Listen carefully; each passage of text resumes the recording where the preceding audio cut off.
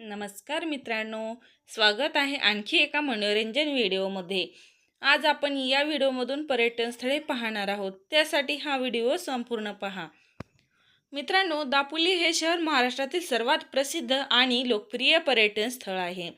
दापोली हे रत्नागिरीमधील तालुक्याचे ठिकाण आहे। निसर्गाचे वरदान लाभलेले दापोली हे शहर पर्यटकांचे मुख्य आकर्षण बनलेले आहे। येथील वातावरण खूपच सुंदर असल्यामुळे याला मिनी महाबळेश्वर सुद्धा म्हणतात। एक कोलथरी बीच हे दापोलीचे प्रसिद्ध पर्यटन स्थळ आहे। समुद्रकिनारा आणि निसर्गप्रेमीसाठी हा परिपूर्ण किनारा आहे। हा समुद्रकिनारा कोलथरे या ठिकाणी आहे। हा बीच स्वच्छ व सुंदर समुद्रकिनारा आहे। दापोलीपासून हा समुद्रकिनारा 19 किलोमीटर एवढ्या अंतरावर आहे। 2 उन्हवरे हे दापोलीमधील लोकप्रिय पर्यटन स्थळ आहे। या गावाजवळ गरम पाण्याचे झरे आहेत।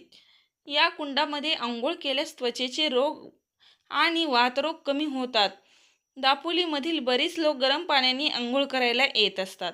दापोलीपासून उन्हवरे हे ठिकाण दापोली 30 किलोमीटर एवढ्या अंतरावर आहे।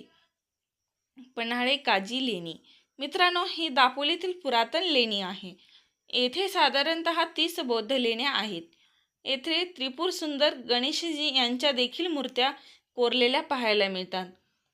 पन्हाळी काजी लेणी जंगल आणि झाडाझुडपांनी वेढलेली आहे, त्यामुळे या ठिकाणी पक्षी आणि प्राणी पाहायला मिळतात।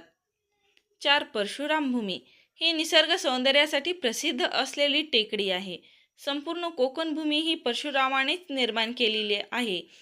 अर्ध्या भागावर भगवान परशुरामाची 21 फूट उंची मूर्ती स्थापन केलेली पाहायला मिळते। भगवान परशुरामाची मूर्ती ही पर्यटकांचे मुख्य आकर्षण आहे।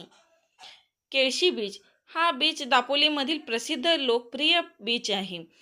निर्मळ समुद्रकिनारा म्हणून या समुद्रकिनाऱ्याला ओळखले जाते। हा समुद्रकिनारा सुमारे 3 किलोमीटर लांबीचा आहे आणि हिरवळ आणि घनदाट झाडांनी वेढलेला हा समुद्रकिनारा आहे। उन्हाळ्यात पक्षी निरीक्षणासाठी हे उत्तम ठिकाण आहे। शांत वातावरण असलेल्या व वाहनाची गर्दी नसल्यामुळे हा समुद्र किनाऱ्याचा आपण मनसोक्त आनंद घेऊ शकतो। तणावमुक्त जीवनातून बाहेर येण्यासाठी ही खूपच सुंदर पर्यटन स्थळे आहेत दापोलीमधील। आणि मित्रांनो, चॅनलवर नवीन असाल तर चॅनलला लाईक करा, सबस्क्राईब करा, शेअर करा, जेणेकरून अशाच आनंददायी पर्यटन स्थळाबद्दल माहिती आपल्यापर्यंत येत राहील। तोपर्यंत धन्यवाद।